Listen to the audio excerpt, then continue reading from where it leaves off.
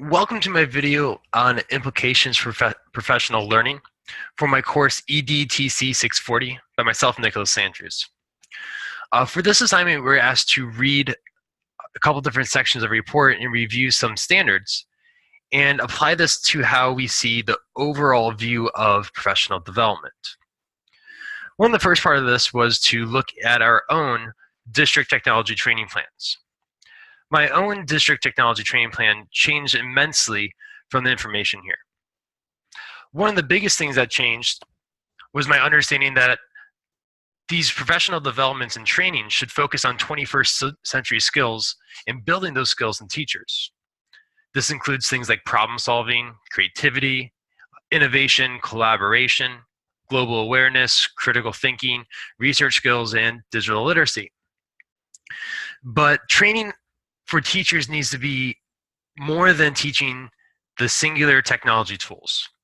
Instead of teaching teachers how to use an application like Edpuzzle, show them skills on where to find different apps for videos and distributing videos, and letting them to explore really their own things. This leads me into my second kind of idea with my district technology training plan, is to create teachers that are self-learners and collaborators.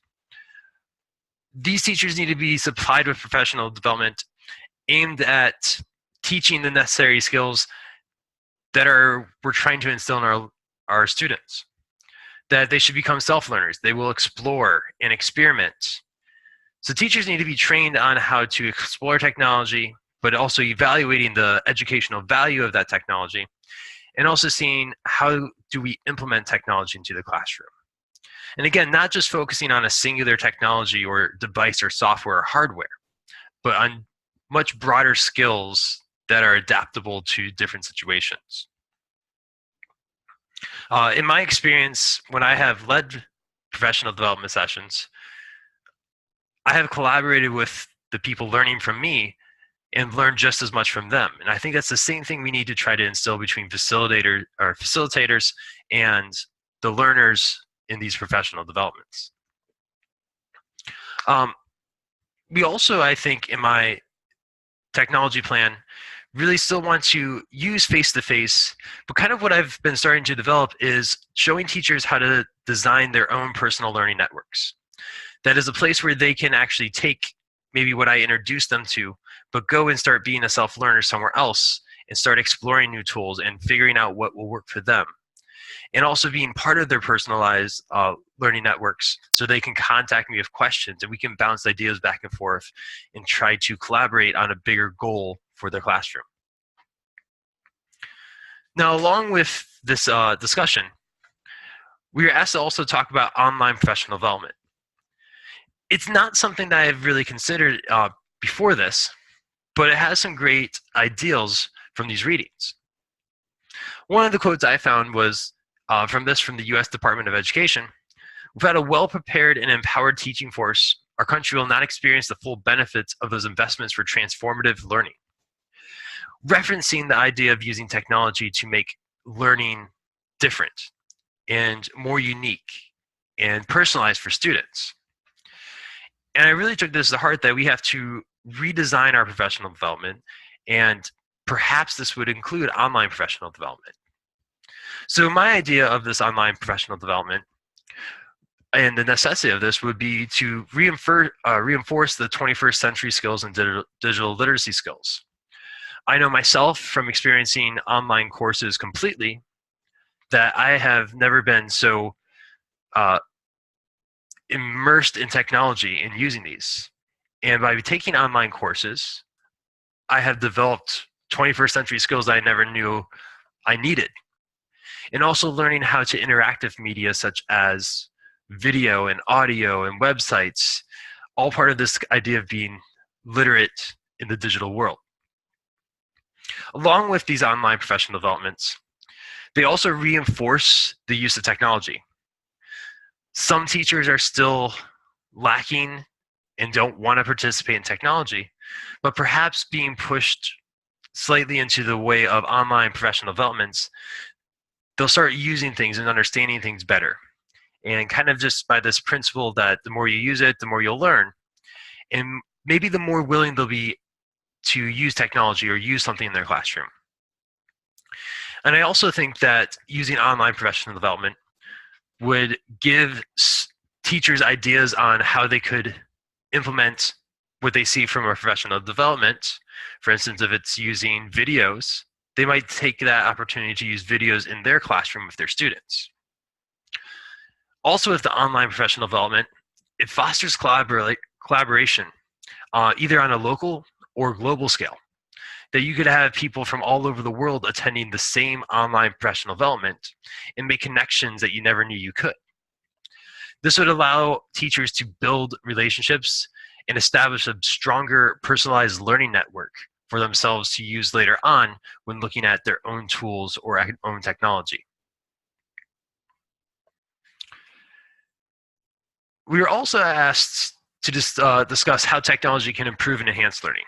So one of the things I found from the US Department of Education's report is this quote that says, technology can enable personalized learning or experience that is more engaging and relevant. I found this to be very strong because this is somewhere that we're heading to in education, but I don't think it has quite carried over into professional development. So my idea of this is the personalized part really stuck with me. And I came up that this idea that each classroom teacher and group of students are different. What works for me in my classroom and what I try to teach and show teachers at a professional development work for me, but it might not work for you. You have a different group of students, you have different procedures, you have a different style of teaching altogether. So we can't just focus on the cookie cutter method of let's teach this tool and everyone must use the same technology tool. But we need to embrace the differences that what I use as technology tools won't work for you, and what works for you might not work for me.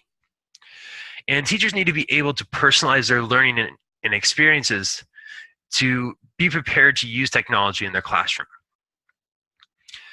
I kind of break this down to that I could give someone my lesson plans, and it could be the best lesson plan that I've ever made, but it might not still work for them, and it could end up not being a great lesson for them in the long run. Furthermore, in the discussion, we were asked to talk about teaching with technology. And what stuck with me is the idea that educators can be co-learners with students and peers. And I think this is a big idea of what we need to move into with technology and this professional development and training. One of the things here is that although educators should be expected to know everything there is to know in their disciplines, they should be expected to model how to leverage available tools to engage content with curiosity and a mindset bent on problem solving and how to be co-creators of knowledge.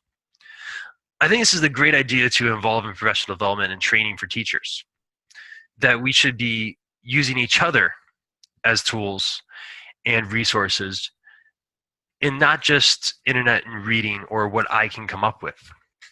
So it leads me into the idea that teachers can learn from each other. Again, I learned just as much from my fellow teachers when facilitating professional developments. They look and find things that I never thought of. They have new and creative ideas I didn't even think of that really showed me a new idea that I could embrace and think about and maybe help formulate them. And I think that's an invaluable tool is that we're losing or we have lost sight of, that teachers and our peers are resources for us as well. Along with this, I also think that our students can be learned from, or we can learn from our students as well. I have seen students do things with technology I've never even thought of. They are naturally creative and push the limits of technologies in ways I couldn't even think of. For example, I teach a computer science course where we work with computer programming in this program called Scratch. And they have little projects and ideas that they're supposed to start with, and I usually can design the basic idea. But some students are just so naturally curious about it and push the limits and design things that I couldn't even imagine. But it also from watching them and letting them explain it to me, I've learned so much more about the Scratch program and its capabilities. And I think this needs to be the same way with professional development. Everyone has their own things they do, and we can learn from each other just as much as you can learn from me. Now, in conclusion, the implications for design and delivery of online professional development kind of comes down to a few things for me. One of the big conclusions I'm drawing is that we should be reinforcing skills, especially 21st century digital literacy skills, and not focusing on singular tools and technology. I also have changed to this idea that professional development doesn't need to be a 3-hour session sitting in a classroom, but can be designed into establishing personalized learning networks. I still believe that there needs to be some face-to-face time to help teachers adapt to the personalized learning network, but that can be used to help them set up and start letting them explore and evaluate technology, and also just open up discussions on how to implement technology into their classroom. And lastly, if we're talking about online professional development, I think one of the biggest things about this is it fosters collaboration on a local and global scale. That teachers starting to combine together to design things that are far beyond what we ever thought they could be. Thank you guys for watching. This was Nicholas Andrews with my implications for professional learning. Hope you've enjoyed. Thank you.